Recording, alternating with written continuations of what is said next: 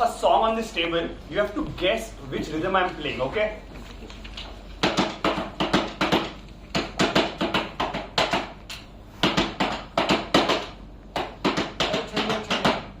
No. Quick guesses, guys. No. Okay. So, just because you could not guess this, I'm changing my edit slot now. So now I'm going to speak about a topic because of which you could not guess the song. Okay, so it's a very wonderful concept called as the curse of knowledge. So in 1990, there was a psychology student from Stanford University who did an experiment. Wherein she called a lot of student volunteers and she asked them to take one of the two roles. You can either be a tapper like I was, or like you have to be a listener like you all were. And the tapper had a very simple thing, so you have to choose any one popular song like a Happy Birthday or Jingle Bell that everybody knows. And the listener had a very simple task. You just have to guess the song.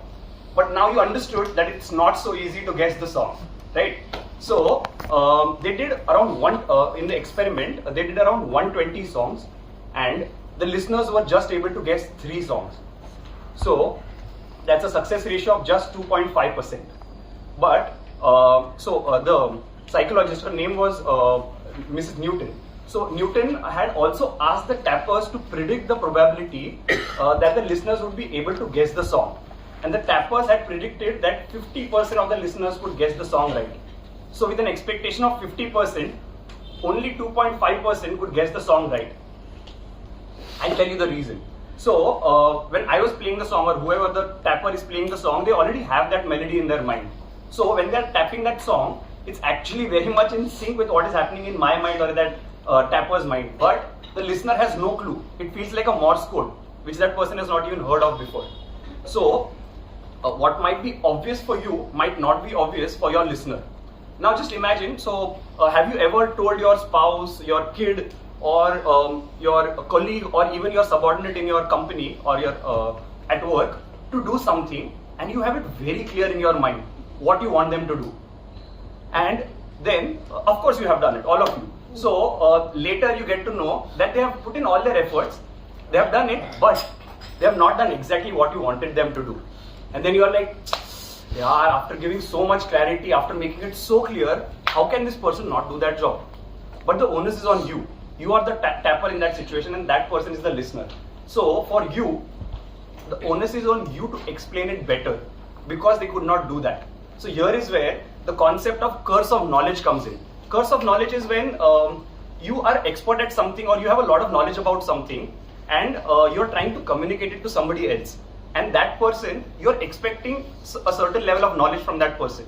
But you have been with that idea for hours, days, months, even years. And now you're expecting, after you reaching over here after a certain period of time, you're expecting the other person who's probably from some other field of work to also come to that level of yours so that he can understand what you're saying, which is very wrong. So this curse of knowledge affects a lot of communication that we do in our personal, business, and even BNI life. I'll just give you one example in professional life. So today's feature presentation guy, Harshad. So Harshad, he's selling corrugated boxes. So he goes to a crockery company and he's telling them, I'll provide you with a 22 bursting factor and 150 GSM, 5 ply with this quality of paper for your crockery products. And he thinks that the customer should get impressed. But the customer has no clue about the packaging industry. Then Harshad comes out of the curse of knowledge that the person, you cannot expect the other person to understand your terms. So he comes back to saying that it will be a very nice touch and feel product, it will be golden in color, and the strength of the box will be such that even if you drop it from a 5 feet height, the crockery inside that will not break. And this is for just ₹50. Wow, impressed. So that is how you have to come out of that curse of knowledge, because when you know something, you sometimes expect the other person also to know that.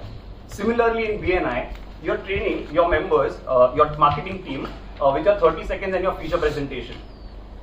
So here, the onus is on you, you are the tapper, and you have your business melody playing in your mind, but they don't have it. So if you're not getting the referrals that you want to get, the exact referrals or the quality of referrals that you're not getting them, it is because you are not communicating it right.